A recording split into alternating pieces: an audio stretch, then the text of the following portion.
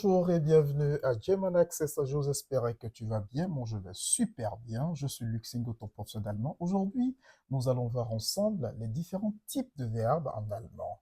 En allemand, il existe plusieurs types de verbes, à savoir les verbes de modalité ou modo, qu'on appelle die Modalverben, les verbes à particules séparables, qu'on appelle die trennbaren Verben, les verbes à particules inséparables qui sont die untrennbaren Verben, les verbes forts et les verbes faibles. Ce dont nous allons parler aujourd'hui, c'est bien entendu, excusez-moi, c'est bien entendu des verbes de modalité qui sont en tout 6. Nous allons donc commencer par le premier verbe, à savoir können, qui exprime donc la capacité intellectuelle ou physique de pouvoir faire quelque chose.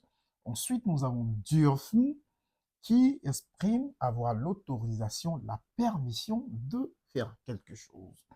En 3, nous aurons donc müssen, qui exprime la nécessité absolue, l'obligation absolue de faire quelque chose.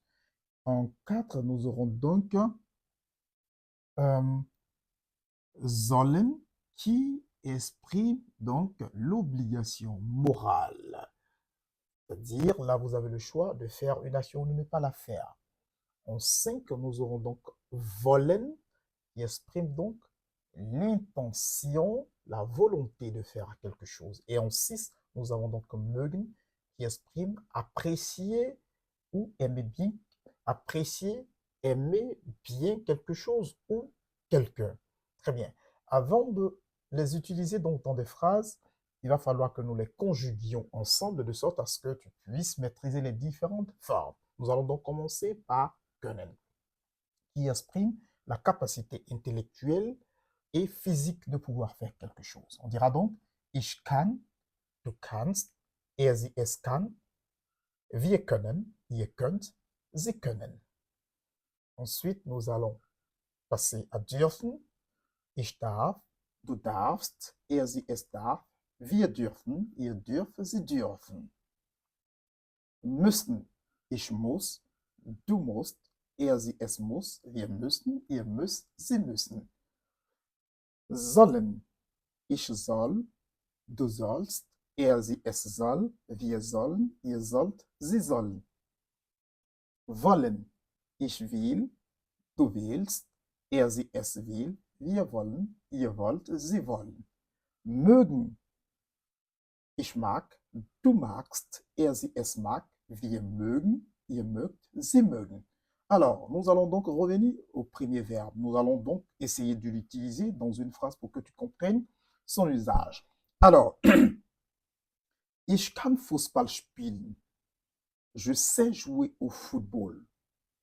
Ich kann gut kochen. Je sais très bien faire la cuisine. Ici, il s'agit de la capacité physique ou intellectuelle. En 2, nous allons parler de dürfen. Ich darf heute ins Kino gehen. J'ai le droit de partir aujourd'hui au cinéma. J'ai donc la permission de partir au cinéma.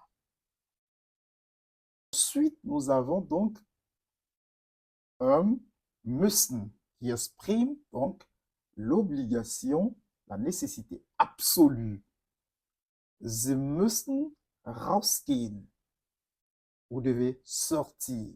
Die Kinder müssen um 8 ins Bett gehen. Les enfants doivent aller à 20 heures au lit. Ensuite, nous avons donc sollen. Ich soll meine Hausaufgaben um 9 Uhr machen. Je dois faire mes devoirs de maison à 9 heures. Ici, il s'agit d'une obligation morale. Je peux les faire comme je peux ne pas les faire. Aussi, ce que vous devez retenir, c'est que sollen, lorsqu'il est utilisé au conditionnel, il nous permet de donner des conseils ou d'exprimer l'intention d'une autre personne. Par exemple, mein Lehrer sagt, ich soll fleißig lernen, um meine Prüfung zu bestehen. Mon professeur m'a conseillé de travailler de façon ardue pour pouvoir réussir à mon examen. Ich soll nicht laut sprechen. Je ne dois pas parler de façon bruyante, de sorte à ne pas déranger les autres. Wollen, qui exprime l'intention, la volonté de faire quelque chose. Ich will heute nicht kommen. Je ne veux pas venir aujourd'hui. Ich will ein neues Auto kaufen. J'ai l'intention d'acheter une nouvelle voiture. Et ensuite, on va passer donc à mögen. Mögen, dans sa forme indicative, va s'employer avec un complément d'objet direct. Ich mag dich. Je t'aime. Le dich ici est le complément d'objet direct. Ich mag Bücher. J'aime les livres. Bücher, complément d'objet direct. Ich mag Schokolade. Schokolade est le complément d'objet direct. J'aime le chocolat. Ensuite, mögen au conditionnel peut être employé avec un deuxième verbe, mais qui, lui, se mettra à l'infinitif en position finale, c'est-à-dire à la fin de la phrase. Et très souvent, il est employé au conditionnel pour exprimer un désir, un souhait. Par exemple, ich möchte einen Apfel essen. J'aimerais, je souhaiterais manger une pomme. Ich möchte gern Bier trinken. J'aimerais bien boire de la bière. Alors, voici donc les 6 verbes de modalité. Ce que vous devez retenir, c'est que les verbes de modalité, lorsqu'ils sont employés dans une phrase, nous avons nécessairement un deuxième verbe qui se trouve en position finale, c'est-à-dire à la fin de la phrase, mais surtout à l'infinitif.